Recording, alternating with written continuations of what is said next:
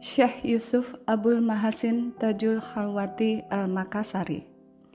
Syekh Yusuf Tajul Khalwati lahir di Goa, Sulawesi Selatan pada tanggal 3 Juli tahun 1626 dengan nama Muhammad Yusuf.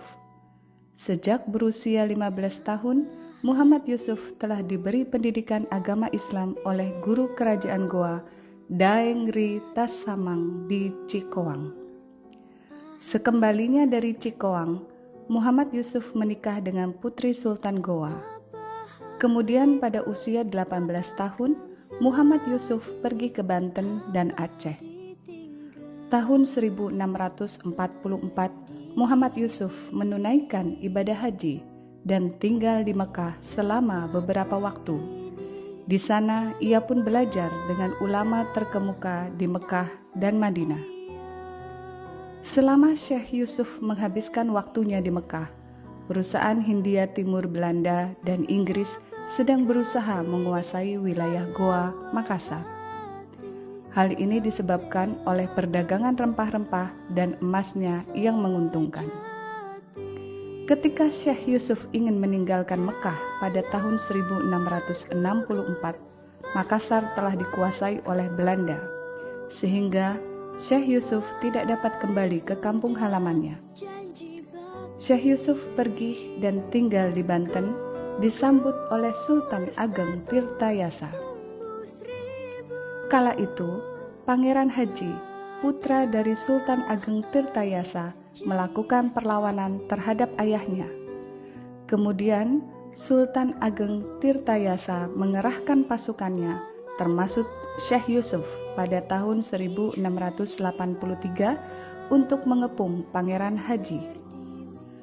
Sultan Ageng Tirtayasa sempat dikalahkan, namun ia berhasil meloloskan diri bersama sekitar 5.000 rombongannya termasuk Syekh Yusuf.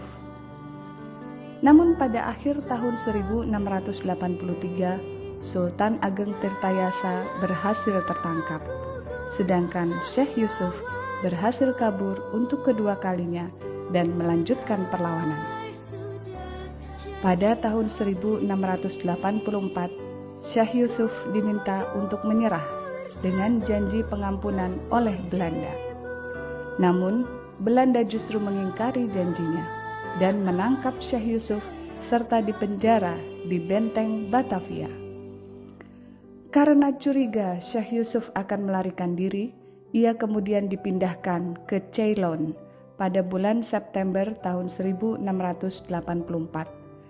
Kemudian pada tanggal 27 Juni 1693, Syekh Yusuf dibuang ke Tanjung menggunakan kapal Fatbook. Syekh Yusuf bersama 49 pengikutnya, 2 istri, 2 selir, dan 12 anak, diterima di Tanjung pada tanggal 2 April tahun 1694 oleh Gubernur Simon van der Stel. Mereka ditempatkan di pertanian Zandvliet, jauh dari Cape Town.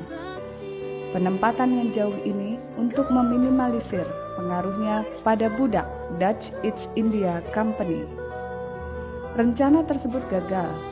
Daerah tempat Syekh Yusuf tinggal justru menjadi tempat perlindungan bagi para budak. Selain itu, komunitas Islam kohesif pertama di Afrika Selatan juga didirikan di sana. Sejak saat itu, pesan Islam mulai disebarluaskan ke komunitas budak Cape Town. Syekh Yusuf meninggal dunia pada tanggal 23 Mei tahun 1699. Para pengikut Syekh Yusuf menjadikan hari wafatnya sebagai hari peringatan. Bahkan Nelson Mandela, mantan Presiden Afrika Selatan, menyebutnya sebagai salah seorang putra terbaik Afrika. Jenazah Syekh Yusuf kemudian dibawa ke Goa. Ia dimakamkan di Lakiung pada bulan April tahun 1705. Untuk mengenang jasa-jasanya, pada tanggal 7 Agustus 1995, ia dianugerahi gelar Pahlawan Nasional.